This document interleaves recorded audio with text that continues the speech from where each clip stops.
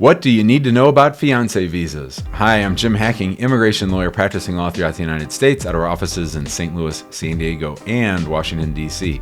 In this video, we're going to talk about situations where a U.S. citizen has a fiancé, that fiancé lives overseas, and that fiancé wants to come to the United States so that they can marry the U.S. citizen and get a green card.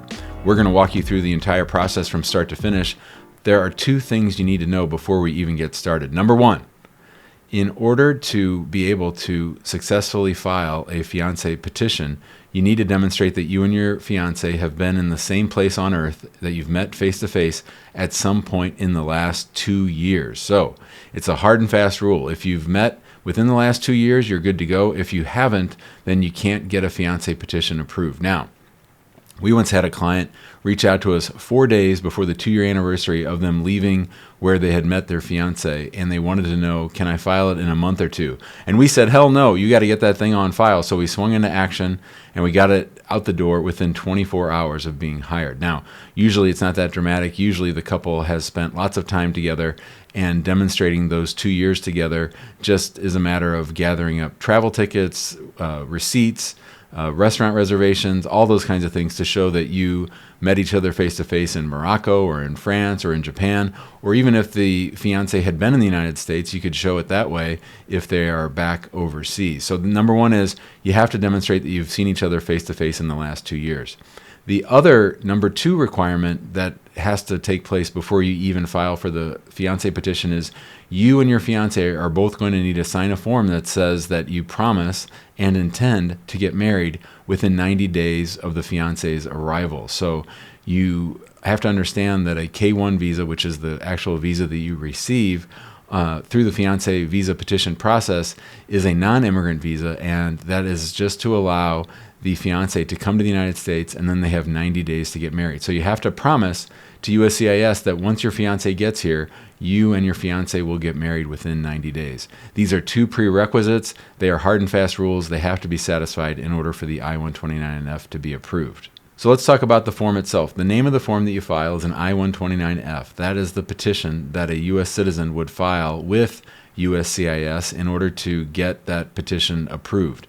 You have to demonstrate the relationship. You have to show, like I said, that you've met each other face-to-face and that you intend to get married. You have to put down all the biographical information about the U.S. citizen and about the foreign national. Now, one thing to keep in mind is that green card holders cannot apply for fiancé visas. Only U.S. citizens can, and it only works when the foreign national is overseas. So you file this I-129F with all that background information to USCIS. They issue receipts, and then they start processing it. Now, in the old days, I-129F petitions took 2 or 3 or 4 months to get approved. Right now, they're taking a year or more. So your case is going to be stuck at USCIS for quite some time while you're waiting. And once USCIS is satisfied, then that case is approved. You receive a approval notice from USCIS saying that the fiancé case has been approved.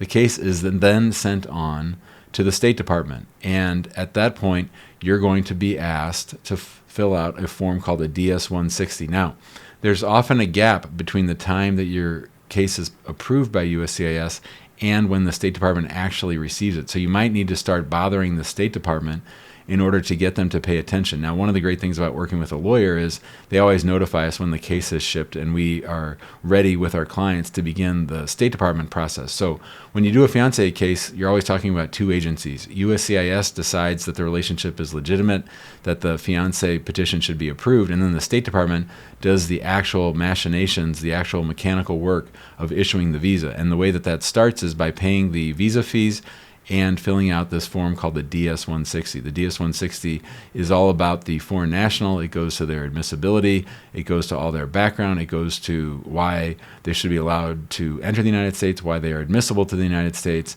and it's also done electronically. So while USCIS is primarily done on paper for the most part, with the State Department, you're going to be doing it electronically. You're going to be putting in a lot of the same information that you put in because things don't translate well from USCIS to State Department. Now, at that stage, once your fees have been paid and your DS-160 has been filed, then you're waiting. And the amount of your wait is going to depend on the embassy. Some embassies are very efficient. Some embassies have good systems and structures and processes and electronic filing. Other ones are pretty old school. And what you'll have to do is you have to look at the embassy website for where your fiancé is living. Each embassy does these a little bit differently. That includes asking for the police certificate, asking for the medical exam. Every embassy has its own rules. And so you're going to need to become very, very familiar with the U.S. consulate rules from the country in which your fiancé lives. So let's say they're in Belgium. Then you're going to get on the U.S. Embassy website for Belgium. There's going to be a page there for fiancé visa petitions, and you're going to download the instructions that tell you how to proceed next. At that point, you're just basically waiting for an interview. Now, fiancé visa interviews are hard to come by. They're very low on the priority list. And like I said, these used to go very quickly. Now they take a really long time. So depending on how busy the embassy is, you could wait 3, 4, 5, even 12 months for a fiancé visa interview. And the interview itself will be pretty quick. It's just, again, is this person admissible? Are there any reasons why we wouldn't want to let them into the United States? And hopefully at the end of that interview, the fiancé is approved. You might get placed into administrative processing, which is just additional processing by the State Department. But for the most part, the hope is that you'll get approved and your case will get the visa issued for your fiancé, and they'll be able to come to the United States. Now, like we said at the top of the video, once they arrive, you have 90 days to get married. It's not 91 days, it's not 92 days, it's not 93 days, it's 90 days. So you really want to make sure that you get married sooner rather than later. If you want to have a big old wedding and that's going to take place later on, that's okay, but you need to go to the courthouse and have a legal marriage so that you satisfy the requirements of the I-129F. Once that marriage has taken place, then the foreign national can apply for adjustment of status. And when they do that, they would fill out a Form I-45 for adjustment of status. They would file for a temporary work card by filing an I-765, and they would file an I-131, which is the petition to get a temporary permission to leave the United States, which is called advance parole. And then at that point, you're just an adjustment of status applicant, and that case is going to go its normal way. You may or may not get an interview. Most of the time you do get an interview, but we have seen USCIS is starting to cut back on those because you've already been interviewed at the embassy. And then once you get approved for that green card, it'll be a temporary 2-year green card. And at the end of those 2 years, you'll have to file for removal of those conditions, and that puts you on a path towards citizenship. So that's the fiancé route. It takes much longer than it used to. Sadly, people used to talk all the time about how fiancé cases go faster than spouse cases, but right now they're both sort of neck and neck in slowness and slow processing. So nothing's going to happen fast, unfortunately. Hopefully the embassies will start treating these cases with the respect that they deserve, putting them on the priority list of things to get done, but we haven't seen that so far. So if you want to hire us, if you're thinking about working with a great immigration law firm to help you through this fiancé visa process, feel free to give us a call at 314-961-8200. Email us info@hackingimmigrationlaw.com. If you have any other questions or just want to get general information about immigration, you can join our free Facebook group, which is called Immigrant Home.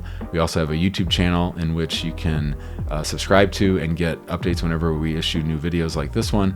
And we also go live in that Facebook group and on the YouTube channel 3 or 4 times a week, and I answer as many of your immigration law related questions as I can for free. Hope this helps, and we'll see you next time.